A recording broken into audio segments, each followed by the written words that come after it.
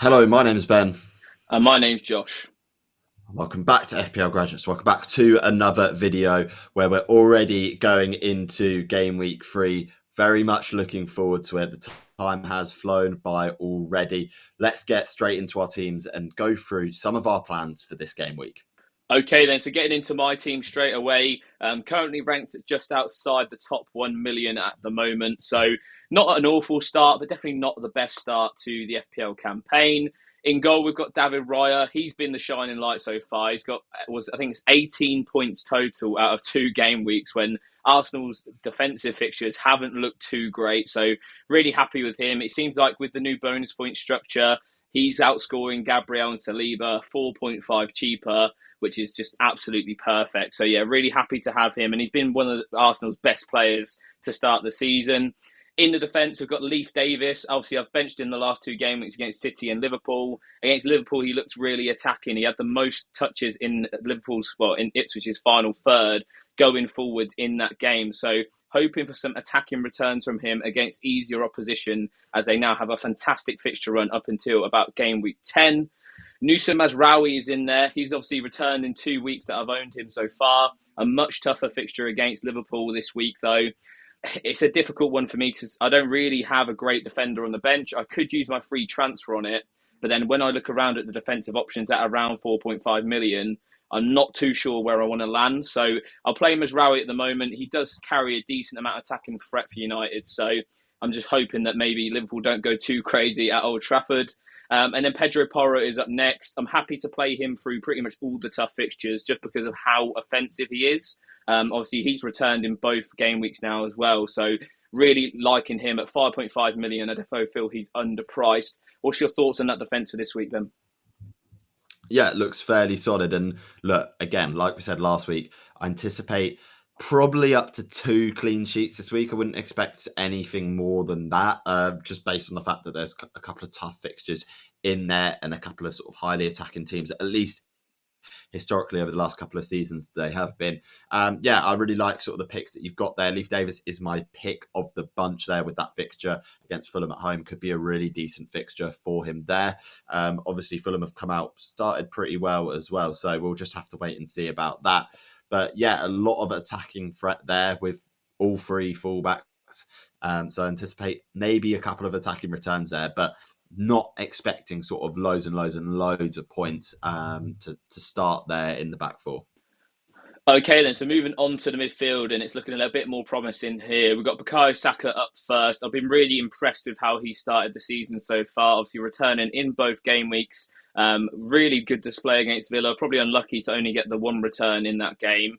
Brighton at home this week. I thought Brighton defensively against United, they gave away quite a few chances. And I think against a more clinical team like Arsenal, they're definitely going to struggle in terms of their defensive ability. So looking forward to that. And I think it's even a potential captaincy shout if you wanted to go a bit differential with him this week. Bruno Fernandes is up next. Liverpool at home is obviously not the best fixture in the world, but I'm actually quite looking forward to it because we haven't really seen Liverpool tested too much so far this season. So I think this is their first real big test to see how Arne Slot's Liverpool does in a bigger fixture. So happy to own Bruno. He's obviously on all the set pieces, all the penalties, everything like that. So if there is anything like that, he'll be the man to take it. Same with Diogo Jota. He's got the most XG so far this season out of all assets in FPL. Really impressed with him. Obviously got the assist in game week 2 and the goal in game week 1. I feel like it could have been a lot more though. And for Salah to be outscoring him by as much as he is, I feel a little bit unlucky with his pick at the moment. And then we've got Morgan Rogers last. Leicester away. He's looked fantastic for Aston Villa so far this season. Arguably one of their best offensive players at the moment. Obviously only £5 million. He's been sat on my bench since game week 1, ready for this lovely fixture run that Villa have with Leicester away to kick things off. What's your thoughts on the midfield, Ben? Yeah, decent midfield there. Obviously, sort of some element of risk there with a triple up from the United and Liverpool game, just because you don't know what's going to happen. The double up with Fernandes and Mazraoui is going to be somewhat of a risk. But yeah, I agree with you in terms of the Bukayo Saka pick.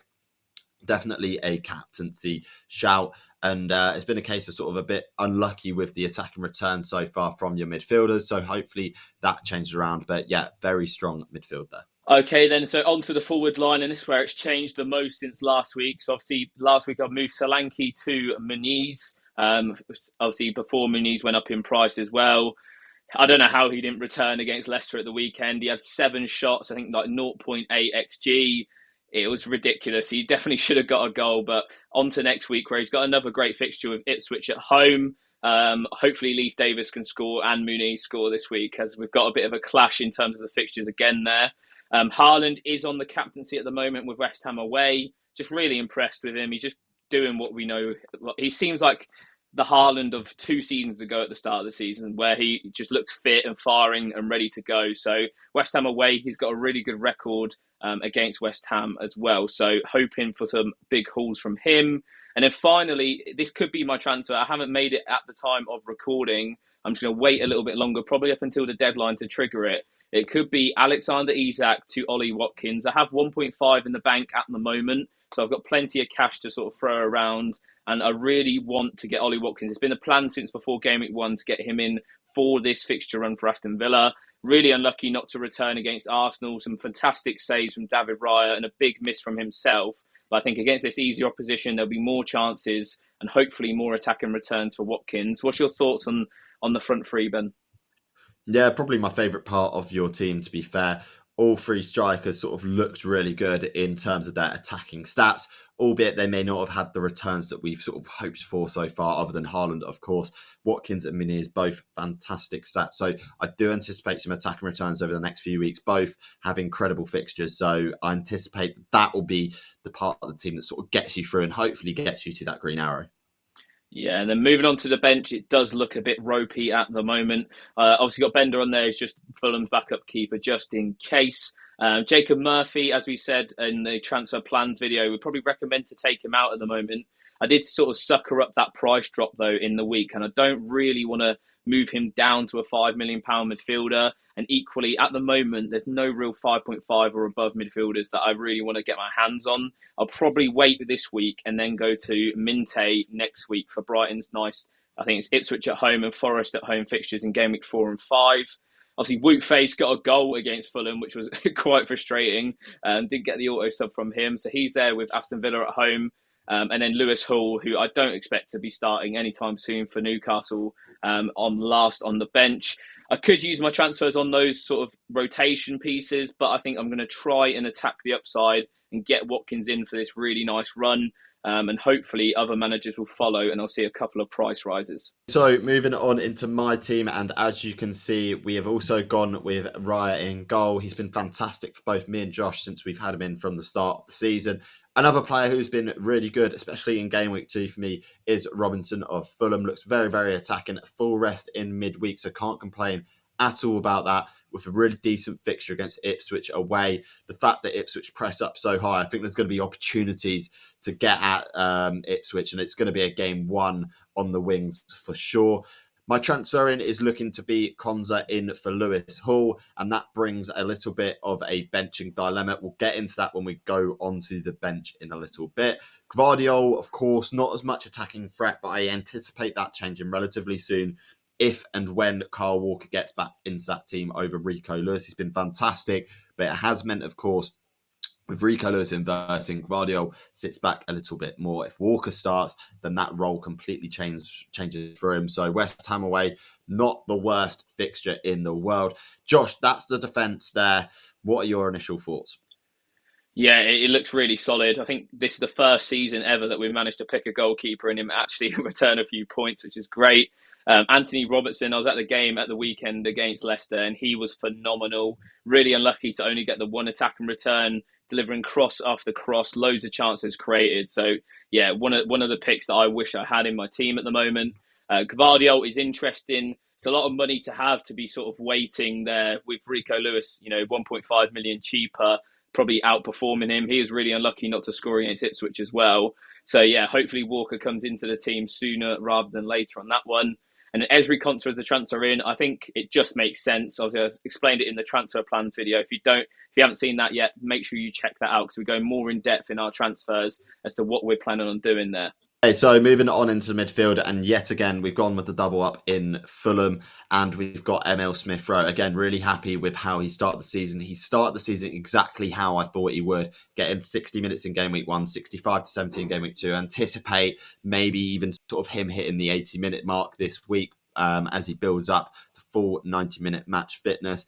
I think he's going to be integral for Fulham this season. He's come away with a goal and a 10-point haul in game week 2, which is fantastic. Salah, I'm really excited to own in game week 3 as well. Manchester United, the way, looks to be a decent fixture for Liverpool. It's going to be a counter-attacking one, that's for sure. And I think Salah could potentially capitalise on that United defence that's looked a bit fragile over the opening too. Anthony Gordon has actually sort of underlying stats not been too bad for Newcastle. Obviously scored that goal in game week 2 as well and come away with a 10-point haul. That's my 3 midfielders with 10-point hauls in game week 2, which is fantastic. One that I'm definitely keeping an eye on. I'm not 100% sold by Newcastle's attack. The stats are getting better. Obviously, a very small sample size. So we'll see how we get on against Tottenham. Newcastle against Tottenham has traditionally been a really high scoring game, so it makes sense to have the attackers in for that game.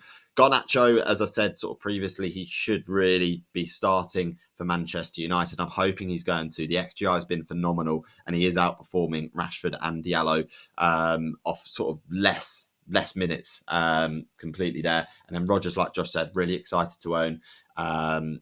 Had him in from game week 1. He's looked really, really good. The underlying stats haven't been sort of matching the eye test, so to speak, but I do anticipate that, that will sort of slowly catch up and he could come away with an attacking return over these next 3 fixtures.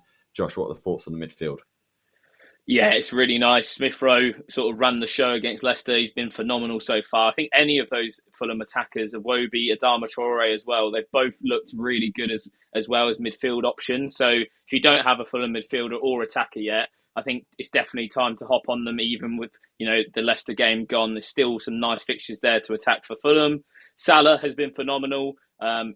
Everyone knew that he'd be scoring and returning, but for him to be matching Haaland out of the first 2, I don't think many expected that. So, yeah, really good performances from him. I thought Anthony Gordon, eye test wise, did go missing against Bournemouth. I think in general, Newcastle was just lacking a bit of creativity in terms of chances going forward. So, be interested to see what happens against Tottenham, who, like you said, traditionally loads of goals in those games. I love Garnacho. I think he will probably start one of the next 2. It's a matter of time before he gets his start because he's been absolutely phenomenal when he's come off the bench. And yeah, like I said, Morgan Rodgers, he's going to be one to watch for sure and a fantastic enabler for our teams. Okay, so moving on to the strike force, and I'm going to be keeping my faith in Alexander Isak. Yes, the stats haven't been there, haven't been great, but don't just sort of go missing over a summer. He is still a top quality striker who produced the goods for Newcastle last season. So I'm hoping he can rediscover a little bit of that form in game week 3 against Spurs. And then Haaland, of course, is my captain. Like Josh said, he's been unbelievable to start the season. I don't anticipate that slowing down anytime soon. In terms of the bench, we've got a benching dilemma this week, naturally, with a transfer being made. The team is currently ranked 50k in the world, so we're matching and even better in a lot of those that are triple captain Haaland in game week 2 without using any chips at all, which is fantastic. The benching headache really is the new transfer in Konza or Pedro Porro. At the moment, I'm on Konza just for that clean sheet potential there. I don't think there's going to be too many attacking returns, but if I'm looking at high upside, Pedro Porro is a sensible one to go with. You've also got to factor in that I've sort of doubled down on that Newcastle attack with Gordon and Isak. So it does make sense to potentially drop Pedro Porro if I think they're both going to do well. So it's almost one or the other. I either sort of go with those 2 Newcastle attackers and really go for the high upside there, or I bring in Pedro Porro, even it out a little bit and maybe drop even potentially one of Gordon or Isak. It's a tough decision to make. We've also got João Pedro on the bench, who looked fantastic in game week 2 against United. Obviously a tough fixture against Arsenal where he's never really going to get into that starting lineup until game week 4 for me anyway. And then Harwood Bellis is my £4 million option as well. Josh, it's an interesting benching dilemma and a good one to have so early on in the season. Yeah, definitely. It's going to be an interesting one. It almost will probably set the tone for your game week with which one sort of does well. Because obviously, if Newcastle do well, you'll be absolutely laughing. But equally, they could equally do well and Pedro Porro still return. So it will be an interesting one. I think I'd probably just about side with you, given your squad structure with the two Newcastle attackers, to play those two over Porro and just see how it goes. Yeah, really good to be able to do that. 5.5 million Pedro Porro on the bench after returning in his first 2 game weeks. Wouldn't have thought it. Okay, then, so that wraps up our team reveals for Game Week 3, the final game week before the first international break of the season already. I know we hate them, but they do come around really quick. Let us know what your dilemmas are before the Game Week 3 deadline. Yeah, absolutely. And if you like the video, make sure to give it a like. Make sure to follow and subscribe to the FPL Graduates. And as always, I've been Ben. I've been Josh.